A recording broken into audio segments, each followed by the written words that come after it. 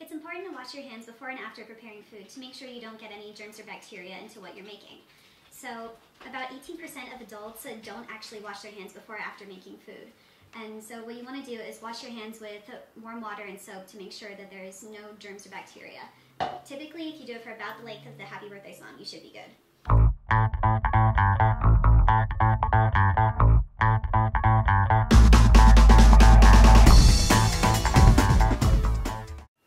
Okay, food safety is also about making sure that you don't have bacteria in your food. So salmonella is a bacteria commonly found in eggs. About 40,000 people in the United States every year end up having a poisoning from salmonella, which includes like diarrhea, vomiting, and fever. But as long as you cook it out and don't eat any raw batter, then you should be good. And then E. coli is another bacterium in baking. It and salmonella were the same until about 102 million years ago when they split and evolved differently. It'll give you the symptoms of food poisoning, and it's usually found in unpasteurized milk or contaminated water. So if you're using milk instead of water, make sure it's pasteurized and comes from a reliable source. And if you're using water, there isn't really a way to make sure it's not contaminated. So much brownie dough because 65 people got sick from E. coli contamination. We're making brownies out of a box pre-mixed thing.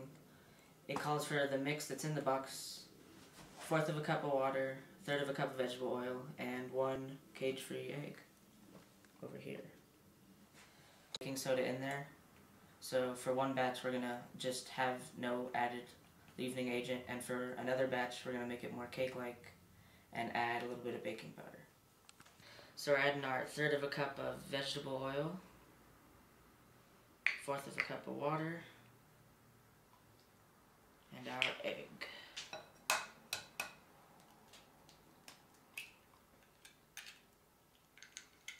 Now we're going to mix it.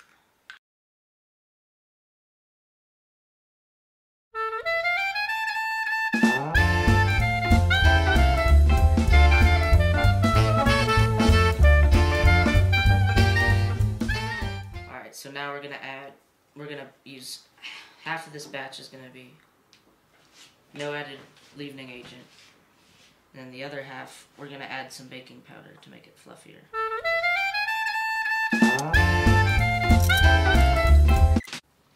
Now for this batch, we're going to add some baking powder. A teaspoon of baking powder to make it rise. Baking powder works because when it reacts with the water in the brownie mix, it releases CO2, and the CO2 bubbles get caught in the brownie mix. And then the heat from the oven makes the steam in the little air pockets expand and makes it rise. Alright, we've got our baking powder added, so we're going to put it into the pan.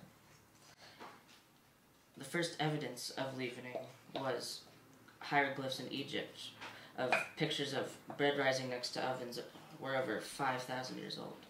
Historians believe leavening was discovered when someone decided to use yeast-rich ale in a batch of dough, because alcohol production made ale widely used. Brownies were discovered by a baker who forgot to add a leavening agent to his chocolate cake. Whenever we are making brownies, we need to cook it at a high temperature in order to kill all the bacteria that might be in the raw eggs and dairy products that might be in there.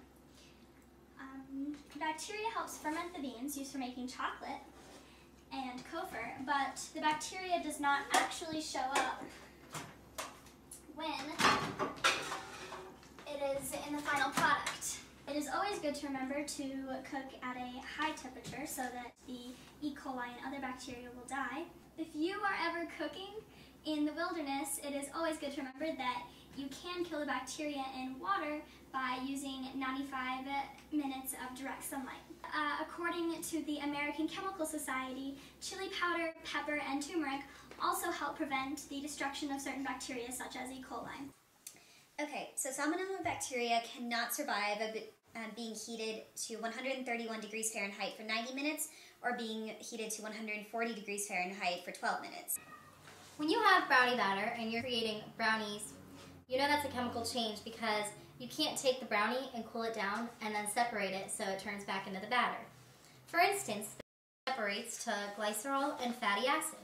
The flour absorbs the liquid ingredients and keeps the structure to set the brownie and keep a shape. The proteins in the eggs are cooked and change the structure of the gluten.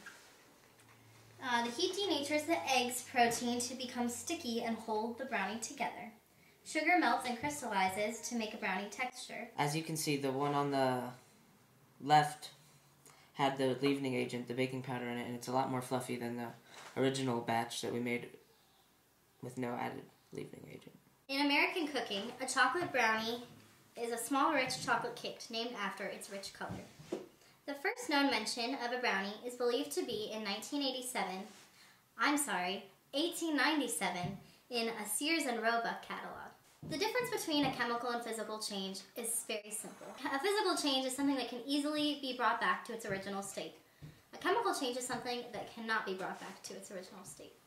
Heating a brownie. It's a different substance after you cook the batter and turn it into a brownie. Most physical changes can be reversed, whereas chemical changes cannot. A flame is usually affiliated with chemical changes. You can see that with our brownie experiment as they were heated in the oven with a flame. You can have both physical and chemical changes at the same time. For instance, in the brownie experiment, we had a chemical change of heating the batter to a brownie and a physical change due to the hardness of the new brownie. Chemical changes tend to produce something new. We took the brownie batter and created a delicious, chewy brownie.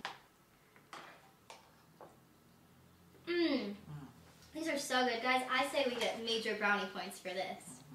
Yeah. Oh wait, no. Mr. Rinker gets major brownie points for being the best chemistry teacher, right guys?